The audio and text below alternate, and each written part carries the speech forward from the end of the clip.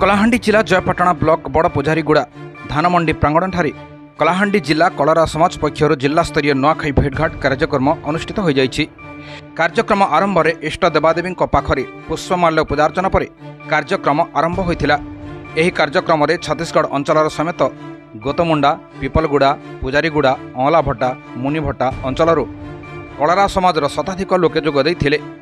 कार्यक्रम को कलाहांडी कलचुरी कलार सेनार सभापति चूड़ामणि नायक सभापति तरी आरंभ होइथिबा बेले मंच परिचालना करथिले कलचुरी सेना प्रदेश संयोजक बिरंचन नायक, उपस्थित अतिथि अँलाभट्टा सरपंच भगवती नायक, कलचुरी कलार सेनार जिला साधारण संपादक भारती बीसी, कलचुरी कलार सेना कोषाध्यक्ष हेमंत बीसी, सह संपादक बालकृष्ण बीसी, आंचलिक सभापति प्रमुख उपस्थित रहिथिले।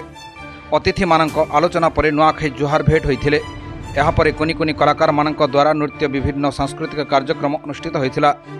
नुआखाई भेटघाट यह संपर्क को मजबूत करिथाए, समस्त गोटे पाखरे करि देइथाए और आगामी दिन में उक्त समाज अनेक दिगरे किपरि उन्नति हेबो बोली समस्ते चर्चा करिथिले। कलाहांडी जिला जयपाटनारू बाबुली हरिजनक रिपोर्ट, निर्मल टीवी।